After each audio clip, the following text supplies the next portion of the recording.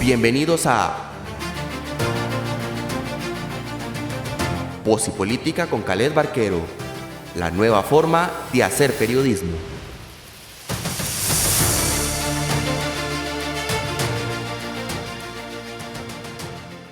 Hola, saludos a todos los que nos ven y nos escuchan por las diferentes plataformas. Bienvenidos a Voz y Política, un programa de opinión y de análisis de la política costarricense. Hoy nos acompaña acá en el set, en la Universidad Internacional de las Américas, don Sergio Alfaro Salas. Don Sergio es abogado, es politólogo, exdiputado, expresidente ejecutivo del INS, exministro de la Presidencia y también ex embajador de Costa Rica en Bélgica.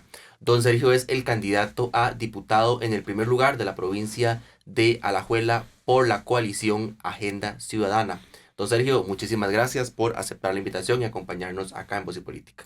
Muchas gracias, Khaled. Muchas gracias por el espacio y gracias a las personas que nos escuchan, que al final son las para las que hacemos usted su trabajo y yo el mío.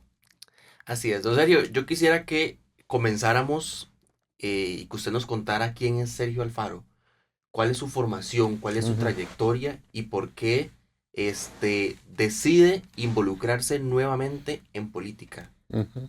Bueno, yo, usted lo dijo bien, soy abogado, estudié en la Universidad Escuela Libre de Derecho ya hace bastantes años y luego mi interés por la política no es nuevo, es una cosa sembrada ahí por mi madre desde que yo era muy pequeño. Como a los 11 años hice mi primera, digamos, contacto con la política durante las elecciones de 1982.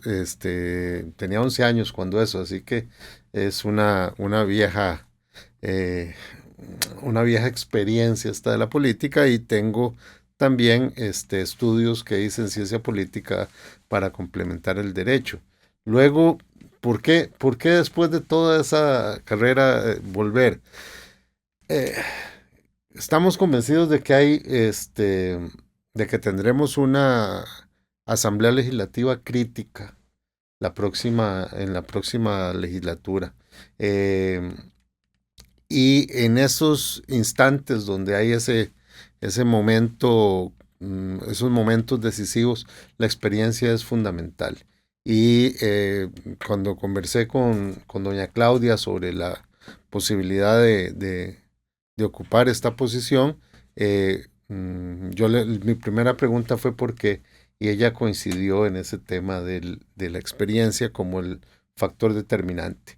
Después de pensarlo un rato, decidí que efectivamente, si mi experiencia sirve para construir un mejor país, pues estoy dispuesto a salirme de nuevo de la actividad profesional, a la que siempre cuesta mucho regresar, pero pues salir de nuevo y volver a la función pública. Si todo sale bien, pues serán 4 años de lucha, de una labor dura por generar condiciones políticas en el país para mejorar las múltiples cosas que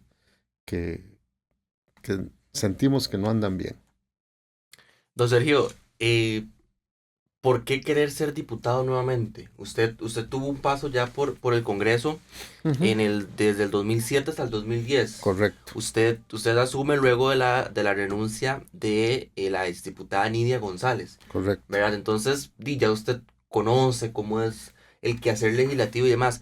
Pero, ¿por qué querer volver al Congreso en una época donde es una de las instituciones que tiene una de las peores evaluaciones por parte de la gente?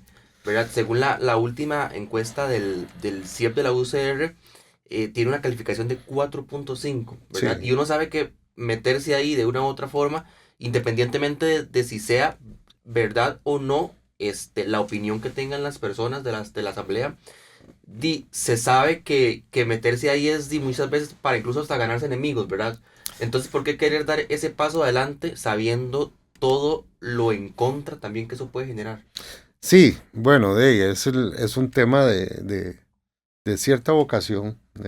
No en vano esta historia política desde que tenía 11 años es una constante en mi vida, ¿verdad? Es una realidad que está ahí en lo personal, pero digamos, en el aporte a la realidad nacional, creo que hemos visto, ya la Asamblea, digamos, tenía una mala percepción del público cuando yo fui diputado la vez anterior. Sin embargo, hemos visto cómo eso se ha venido erosionando aún más.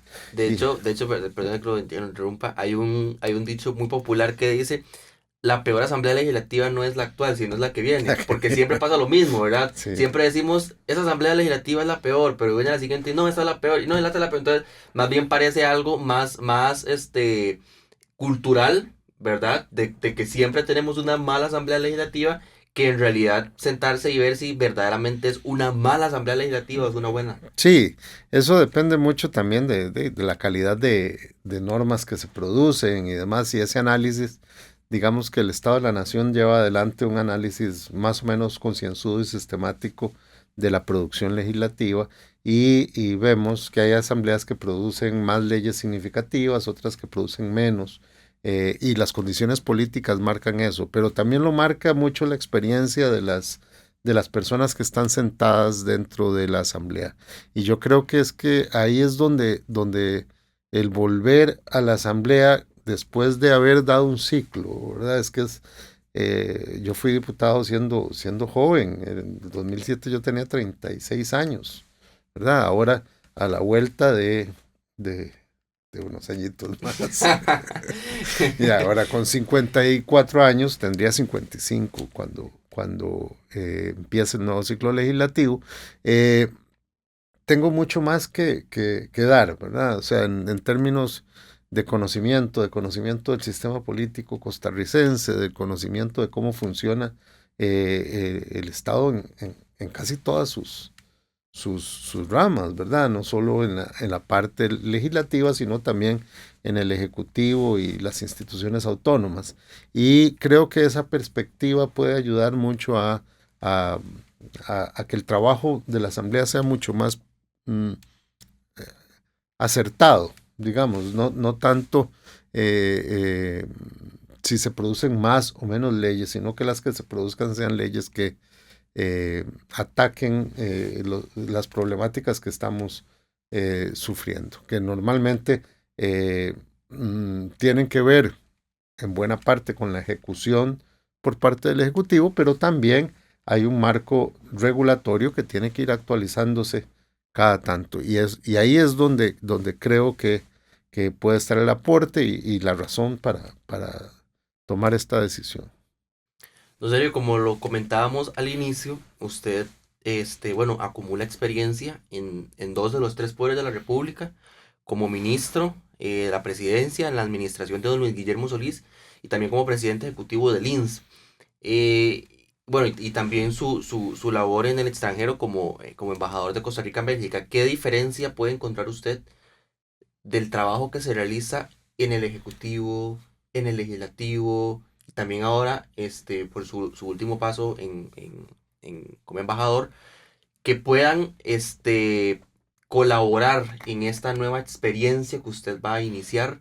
¿Qué tanto aprendizaje ha obtenido usted de todos este trabajo? Porque es una hoja de vida amplia, ¿verdad? Ha trabajado en múltiples, puestos, y cómo ha contribuido eso a la experiencia que usted quiere ir a presentarle a la ciudadanía y desarrollar en el Congreso. Le pongo un ejemplo, creo que es la mejor forma de hacerlo. Cuando fui diputado la primera vez, se negoció y se aprobó una reforma a la ley de zonas francas. Y esta reforma a la ley de zonas francas tenía algunas cosas que se implementaban casi de inmediato, ¿verdad? Que eran los principales cambios que tenían que ver con las inversiones que eran manufactureras, ¿no? Y cómo estaba diseñado el sistema. Pero tenía algunas otras reglas. Una era la ventanilla única de inversión. Bueno, le cuento que se aprobó aquello, si mal no recuerdo, en el 2009, y a mí me tocó comenzar o lanzar el proceso de desarrollo de la ventanilla única de inversión cuando fui ministro. O sea, Wow. sí, sí, o sea, Estamos hablando de 6 años porque usted inicia como ministro en 2015. sí, 2009, sí, 2015 son pero 6 digamos años. que fuera un poquito más, porque fue hacia el final del gobierno, en Sí, el muy más entonces. 2017. Y entonces, ¿qué, qué ve uno de eso? Que hay, que el impacto de las decisiones que se toman en la Asamblea Legislativa normalmente no es inmediato, sino que hay cosas que son inmediatas, pero también hay otras de largo plazo y que se desarrollan a lo largo del tiempo. Algunos créditos, por ejemplo, que se aprobaron en aquel momento, cuando eh, fui diputado, terminaron de ejecutarse cuando era ministro. O sea, la dimensión del aporte del diputado al sistema político, por supuesto que lo tengo ahora mucho más claro. Y del lado de la experiencia internacional, es el aprender cómo nos ven. ¿No? Normalmente cuesta mucho saber cómo nos ven los demás, tanto como individuos como país. Y en este caso, el entender cómo nos ven y cómo nos perciben y qué sorprende a la comunidad internacional sobre Costa Rica en lo positivo, pero también en lo negativo o en las coyunturas especialmente críticas, es algo que tengo muy claro, y eso también tiene que ver con el trabajo legislativo y con el trabajo de control político, ¿verdad? Porque está bien, hay que hacer el control político, pero también el país tiene eh, una dignidad particular y una percepción externa que ayuda a que el país atraiga inversión, que ayuda a que el país sea una, una fuerza positiva de cambio en el plano internacional. A veces tomar decisiones en la Asamblea Legislativa puede afectar esa posición del país en el exterior. Así que mezclando todo, creo que ese aprendizaje lo que me ha dado es dimensión, ¿verdad? Ese tiempo y esas diferentes experiencias lo que me han dado es la dimensión correcta de cuál es el impacto que tiene el trabajo del diputado para el país. Qué curioso ahorita que usted menciona esto, Sergio, de que muchas veces las decisiones en la asamblea no son inmediatas. Estaba acordándome una anécdota que contaba hace un tiempo, no recuerdo quién, de una persona que fue diputada en 2 ocasiones. Y dice que ella en su primer paso como diputada presenta un proyecto de ley, ¿verdad? Pasan unos años, ella sale, años después regresa nuevamente a la asamblea y cuando está en ese segundo paso por la asamblea, se da cuenta que en la agenda está por discutirse el proyecto de ley que ella presentaba años atrás. Correcto. Entonces, sí, estamos hablando que o sea, pasaron más de 4 años que ese proyecto no ha avanzado, o ha avanzado muy lento. Entonces, esto me da mucha risa porque es prácticamente lo que usted dice, ¿verdad? No siempre son decisiones inmediatas y ya que claro ejemplo de esto. Y hay discusiones que siguen abiertas. Por ejemplo, yo presenté una norma, un proyecto de ley en el 2008, si mal no recuerdo, para regular el lobby en la función pública, Ujú. ¿verdad? Y ahorita hay un proyecto Ese también. proyecto se terminó archivando por el vencimiento del plazo. Luego, don Otón Solís presentó otro muy similar al que yo puse, que también se archivó por vencimiento del plazo, y en este momento hay en discusión un tercer proyecto que creo que es del Frente Amplio y Ujú. que está retomando el mismo tema, o sea, algo que ha tomado tantos años discutir y que ya esta asamblea probablemente no lo resuelva y que tal vez la próxima pueda resolverlo. Entonces, esa sensación de ciclos Ujú. que se cierran es muy acertada, ¿verdad? Eh, y probablemente las personas que han repetido, incluso hay algunos que lo han hecho 3 veces. Sí, claro. tienen buena memoria de ese tipo de ciclos y es gente a la que uno debe escuchar siempre, ¿verdad? Y ya ahora la vida me coloca en la posición ya de tal vez estar en donde vi a yo algunos de ellos que estaban con esa experiencia aportando nuevamente, ¿verdad? Sí. Entonces, Sergio, como también mencionábamos ahorita, usted también entra en el 2007 a la Asamblea Legislativa en un periodo muy convulso. Sí, Estaba a pocos meses de la elección de TLC, correcto. ¿verdad? Y estamos hablando de tal vez uno de los momentos más polarizados en la historia de este país, ¿verdad? Ujú. En la Asamblea Legislativa, en la ciudadanía también, ¿verdad? Entonces, y eso de alguna u otra forma también friccionaba un poco, pienso yo, el ambiente en el Congreso. Es muy probable también que la próxima Asamblea Legislativa esté muy, muy, muy fraccionada, Sí, ¿verdad? Y bueno, teniendo bueno, el actual gobierno que tenemos ahorita y que es muy probable que tengan una bancada grande en el próximo Congreso, es probable que pueda haber tal vez ese sentimiento ahí de fricción entre ellos y los demás. ¿Cómo sobrellevar esto? ¿Verdad? ¿Piensa usted que tal vez puede ser, tal vez no parecido a esa época de TLC, pero cómo visualiza usted esa relación entre la próxima Asamblea Legislativa y tal vez tomando como consideración que usted ya estuvo en una Asamblea Legislativa que yo creo que pudo tomar mucho tiempo sanar esas heridas, digámoslo, porque o sea, estamos hablando de uno de los momentos más polarizantes y que más ha dividido a la población en nuestro país, ¿verdad? Y si, bueno, si tomamos en consideración incluso el resultado final de esa votación es mínimo, ¿verdad? La diferencia. Entonces eso demuestra lo dividido, tan dividido que estaba la gente. correcto. Y cuando estábamos en la asamblea, éramos 38 contra 18, ¿verdad? Esa era, digamos, la composición legislativa. Y esos 38 votos eran, esos 38 votos que sostenían digamos, eh, toda la legislación que se hizo después para implementar el TLC, marcó la Asamblea Legislativa, pero también eso no impidió el desarrollo de otras normas, ¿verdad? Por ejemplo, en esa época logramos hacer la ley que todavía está vigente, que rige el otorgamiento de concesiones de fuerza hidráulica para la generación hidroeléctrica, ¿no? La posibilidad de generar electricidad con agua requiere una concesión pública, pero no había ley y esa ley se logró sacar, pese a ser un tema divisivo y no ser un tema totalmente pacífico.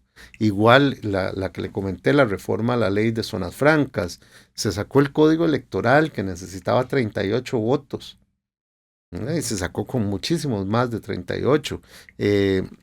Se hicieron reformas a la ley de zona franca, se hicieron reformas importantes en legislación social y de equidad de género.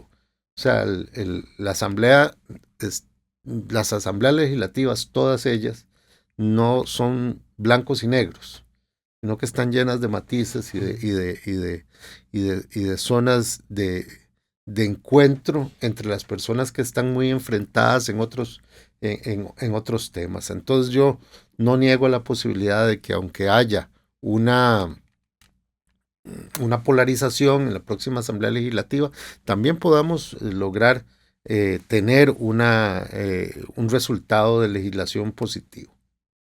Ok. Don Sergio, vamos a ver. Para nadie es un secreto, yo creo, y uno lo ve en redes sociales, uno lo ve en incluso algunos estudios de opinión que muestran la poca confianza o lo desencantado que están las personas. No voy a mencionar bueno, vamos a ver, si bien es cierto, si es del PAC, ¿verdad? Ustedes son una coalición, ¿verdad? Yo creo que también eso hay que dejarlo claro, que ustedes, y si bien es cierto, usted es miembro del PAC, usted es militante de este partido y demás, bueno, son una coalición que integra también a otro partido. Pero bueno, la gente lo sigue viendo como PAC. La dimensiona, bueno, doña Claudia, candidata del PAC y demás. Para nadie es un secreto que la gente está resfriada con el PAC, ¿verdad? Independientemente de si tienen razón o no, de que si el gobierno de don Carlos Alvarado, que fue el último gobierno, lo hizo bien o lo hizo mal, independientemente de eso, la gente dice no quiero al PAC, ¿verdad? Entonces, ¿cómo volver a presentarse ustedes y lograr volverse a ganar la confianza de la gente? También en un momento donde tenemos un presidente altamente popular, ¿verdad? También independientemente de si esa popularidad sea buena o mala, ¿verdad? O sea, donde la gente muchas veces dice, yo no quiero volver al pasado, ¿verdad? Entonces, ¿cómo trabajar ustedes para volver para volver a ganarse la confianza de su electorado? Porque también hay algo muy importante que al menos yo he analizado. Mucho del electorado que tuvo el PAC, podríamos decirlo tal vez en el 2018, es un electorado que tal vez hoy comulga más con el Frente Amplio, ¿verdad? Tal vez podemos verlo en algunos resultados, por ejemplo en el del 2022, que ese voto que tal vez uno puede analizar, que fue el voto que puso a don Carlos en segunda ronda y luego le hizo ganar, bueno, al final se dividió en el 2022, unos entre el Frente Amplio, tal vez una parte se puede ir en el PLP. Entonces, la gente dice, hay tres cosas. La gente dice, no más PAC. La gente dice, hay un gobierno popular. Pero también el electorado que tal vez el PAC manejaba, hoy no lo tienen tan seguro por también una fuerza política progresista que se ha mantenido firme y constante en la Asamblea Legislativa. Entonces, ¿cómo trabajar ustedes para volver a ganarse esa confianza de la gente y que los vuelvan a poner en puestos de elección popular?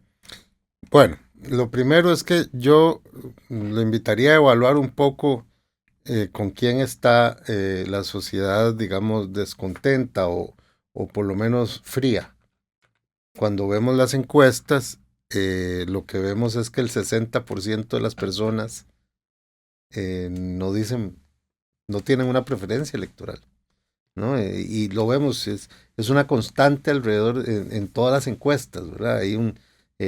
Nos enfocamos en lo que le llaman la carrera de caballos, ¿verdad? Cómo va cada candidato, con cuánto puntúan, cómo va puntuando, y nos olvidamos de la otra parte, que es el 60% de la gente encuestada que no dijo por quién iba a votar. Entonces, yo creo que ese descontento social es más amplio y no solo es con un partido político.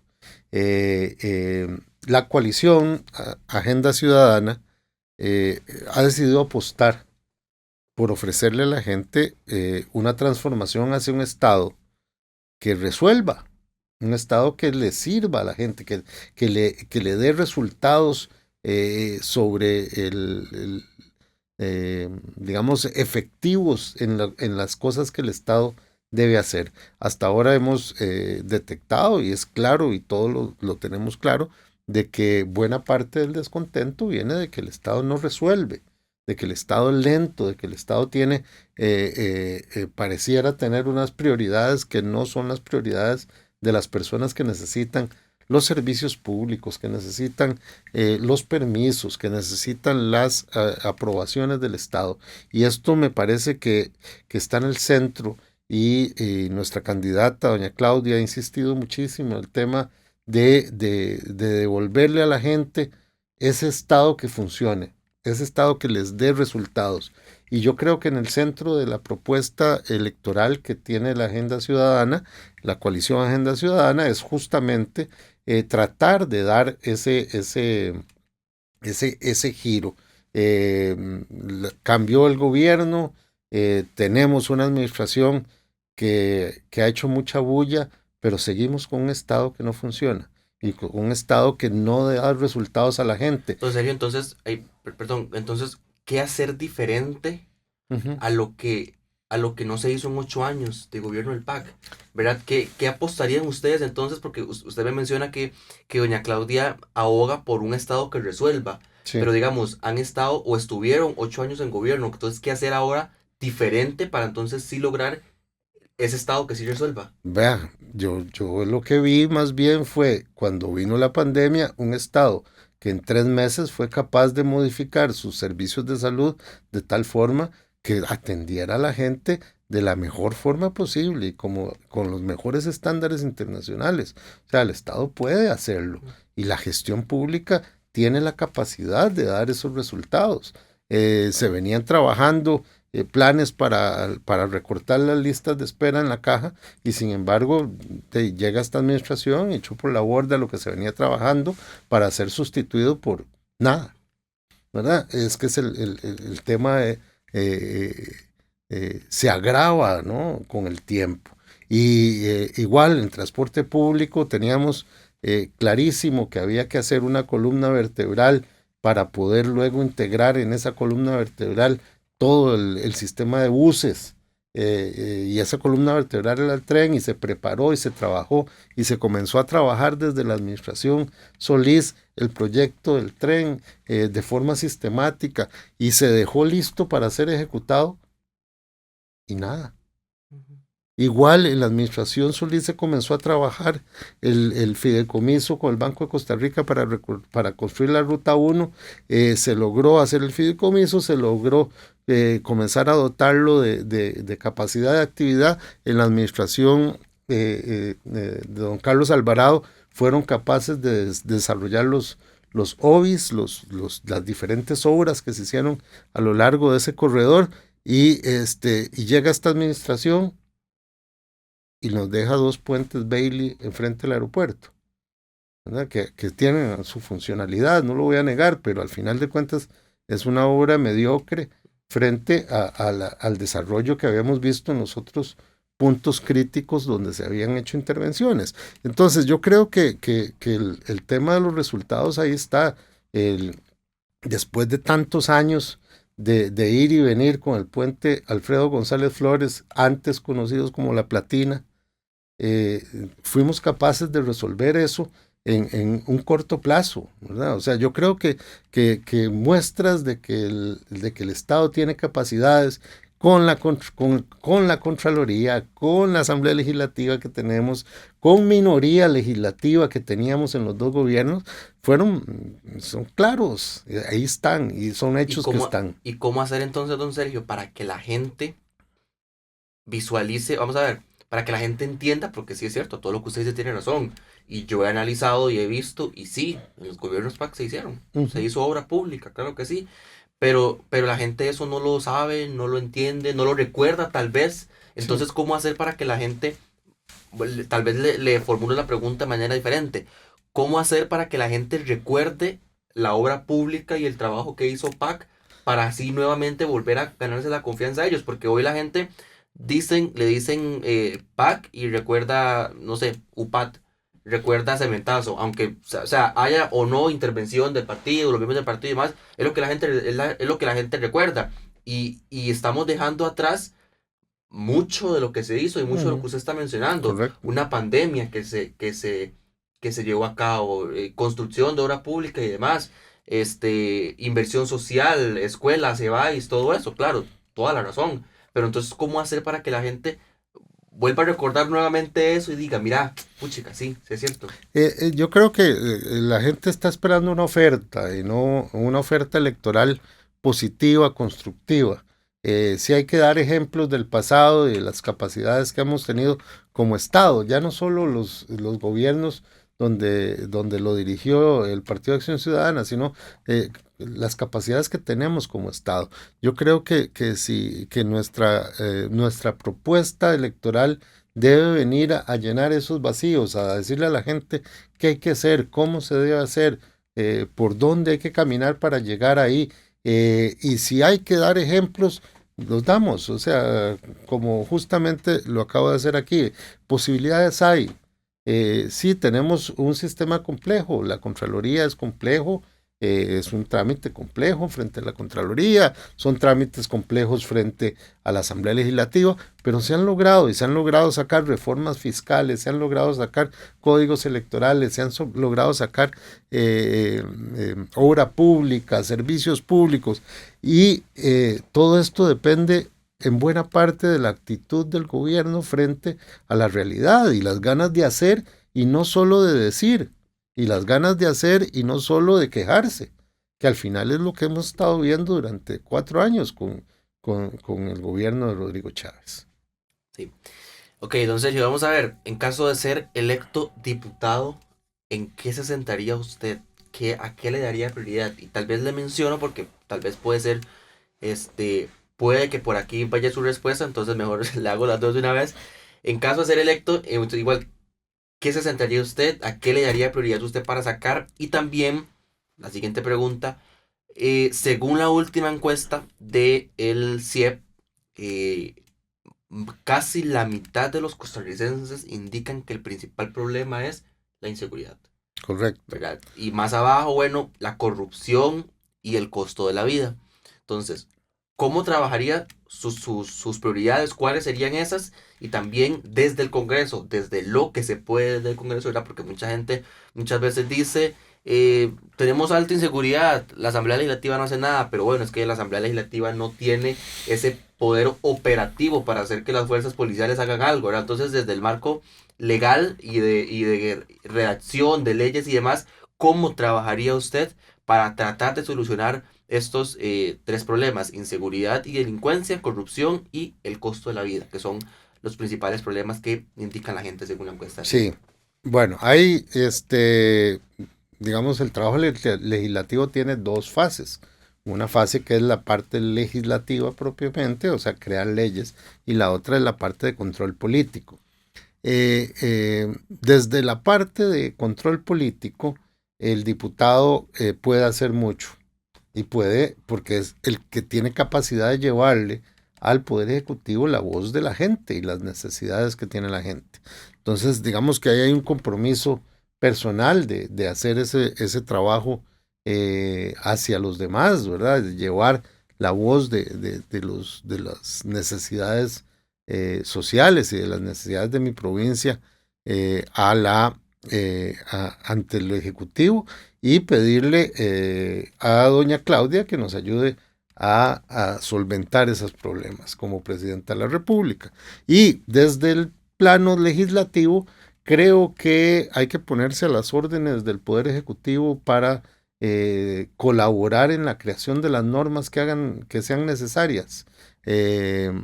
No se vale desde el Poder Ejecutivo escudarse en que la Asamblea no me deja y no proponer, que es lo que ha hecho este gobierno. Al final de cuentas, todos los proyectos de ley que propone son proyectos fallidos y han tenido que los diputados que venir a salvarle el día al presidente en cuanto a las propuestas que ha tenido en materia de seguridad. Y yo creo que eso no se vale, hay que hacer una colaboración, el Poder Ejecutivo tiene que poner de su parte, pero también el Poder Ejecutivo es el que controla las fuerzas de policía y esa es una parte donde desde el control político es posible vigilar como se ha hecho, ¿verdad? En esta administración, las cosas que no se están haciendo bien en materia de seguridad pública.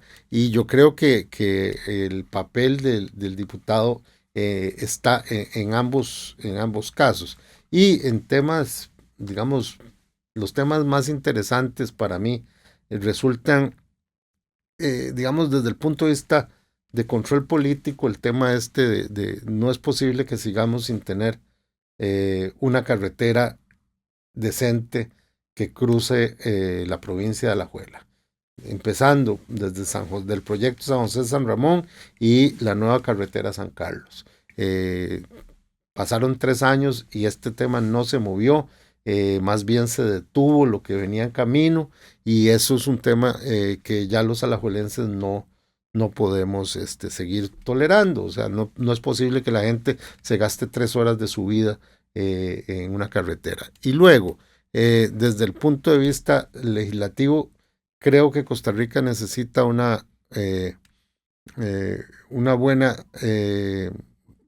una reforma muy pensada y muy consensuada en materia de, digamos, de energía en términos generales, pero específicamente de cómo vamos a resolver el dilema que tenemos de que unos dicen que hay que duplicar, otros dicen que hay que triplicar la capacidad de generación eléctrica que tiene el país. Independientemente de si es duplicar o triplicar, la capacidad que tiene el Estado de generar ese salto de generación eléctrica debe ser reforzada. Y debe ser reforzada como un servicio público, debe ser reforzada como un servicio solidario, como lo hemos conocido hasta ahora, pero que nos permita atender esta transición energética que va hacia la electrificación. No es posible que sigamos importando y consumiendo combustibles fósiles que se producen en otras partes cuando tenemos sobradas fuentes de energía limpia en Costa Rica y renovable que no tenemos que importar y que puede quedarse esa riqueza en el país. Ok. Ahora bien, en serio, para ir finalizando, voy a hacerle unas preguntas, o más bien, a preguntarle su opinión, que si está a favor o está en contra, sobre algunos temas. Algunos son proyectos de ley ya materializados y otros son discusiones que hay en el ámbito nacional. Y lo que quiero es que usted me indique nada más si está a favor o si está en contra de dicha iniciativa y le voy a dar nada más un espacio al final para que usted, si gusta referirse a alguna de estas, ya un poco más a detalle, lo puede hacer. Empezando por jornadas 4x3. ¿Está don Sergio a favor o está en contra? Totalmente en contra. El proyecto de ley de armonización del sistema eléctrico nacional. El actual, totalmente en contra. Ok. Norma técnica del aborto terapéutico. Es una materia del Ejecutivo, pero creo que es correcta como está. Ok. Obligatoriedad de trabajo para los privados de libertad. En un país democrático no se puede forzar a trabajar a nadie. Ok. Estado laico. Sí, presenté un proyecto de ley para hacerlo. Ok. Una convocatoria a una Asamblea Nacional Constituyente. ¿Estaría usted a No, favor o en contra? totalmente en contra. Creo que nuestra Constitución puede reformarse en lo necesario por la vía de la reforma parcial. Un proyecto de doña Claudia Dobles, tren eléctrico. Totalmente de acuerdo. Vivo en Alajuela, no podría estar en desacuerdo con eso. Ciudad gobierno. Hay que hacerlo, eso, pero hay que hacerlo de acuerdo con la ley. Ok. Mega cárcel. Eh, no, nosotros construimos 3 cárceles en la administración Solís Rivera sin decir mucha cosa y estos solo hablan y no construyen. Doble postulación. Sí, A favor. es necesario que los liderazgos políticos estén presentes en la Asamblea Legislativa. ¿Estaría usted a favor de una reforma para la elección de magistrados? Sí, hay muchas posibilidades de cómo se haría, pero sí. ¿Y una reforma para la elección de diputados?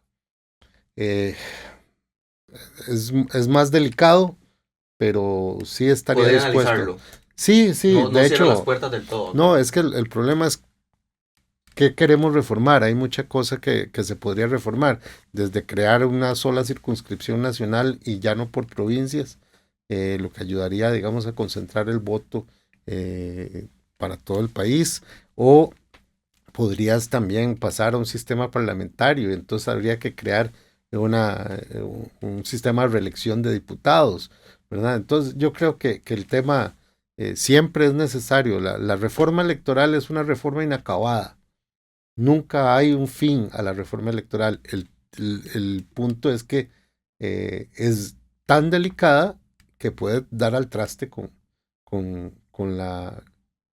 el buen desempeño político de un país. ¿Estaría a favor o en contra de la reelección presidencial continua? En contra. Supongo que entonces también está en contra de la reelección presidencial indefinida. Total y absolutamente. Legalización de la marihuana para uso recreativo. Eh, Me gustaría ver más qué ha pasado en otros países. Eh, el concepto no me estorba, me parece que es posible. Lo que pasa es que me gustaría ver qué otras cosas tiene que hacer el Estado para que eso sea posible, ¿verdad? Es un problema de salud y las las decisiones que hay que tomar en materia de salud al respecto deben ir de la mano con la liberalización. Y por último, TLC con Israel. En este momento yo suspendería ese debate, por lo menos, mientras la situación no se estabilice en Israel. Lo que está pasando es terrible. Las Naciones Unidas han calificado ya aquello de un genocidio y aunque en estos días parece que hay alguna vía de solución, hasta que no se logre, yo suspendería ese diálogo, ese trámite. Perfecto, en serio, le dejo el espacio por si quiere referirse un poco o andar un poco más en alguno de esos temas que mencionamos ahorita. Sí, me preocupa mucho el estar manoseando lo de la norma técnica del aborto, de la interrupción del embarazo por motivo de salud de la madre. Por decirlo, manoseando se refiere a candidatos que andan haciendo campaña con eso. Sí, es que al final del día costó muchísimo lograr tener un consenso técnico médico que llevara a la actual norma. Y es una norma que parece estar funcionando perfectamente bien. No hay necesidad de estarlo manoseando por el hecho de hacer política y para hacer campaña. O sea, que es la salud de las mujeres la que está de por medio. Es la salud de personas que están en una situación de maternidad que nunca es sencilla. O sea, es muy fácil ser hombre y decir que la mujer sufra consecuencias y ellos no. Es que no se puede, no se vale. Y eso me parece que es un tema que no debe ser negociado y que debe estar en manos técnicas y no en manos de política ni de religión. Ya la discusión se dio, la discusión está ahí y volverla a abrir únicamente tiene el objetivo de polarizar a la gente y en una situación que tampoco está provocando ningún problema social, que está siendo manejada adecuadamente por las autoridades de salud. Ok, don Sergio, perfecto. Muchísimas gracias por acompañarnos, don Sergio, en este episodio de Voz y Política. Un gusto que pudiera sacar el rato acá y conversar acá conmigo y también con nuestra audiencia. Gracias a usted por darme este espacio y a la universidad por facilitarnos este espacio tan bonito para hacer el programa. Gracias. Y a ustedes también, muchas gracias por acompañarnos en un episodio más de Voz y Política. Recuerden que pueden ver este episodio, los anteriores y también los próximos que vengan en todas nuestras plataformas, en YouTube y también en Spotify. Gracias y nos vemos y nos escuchamos la próxima semana. Chao.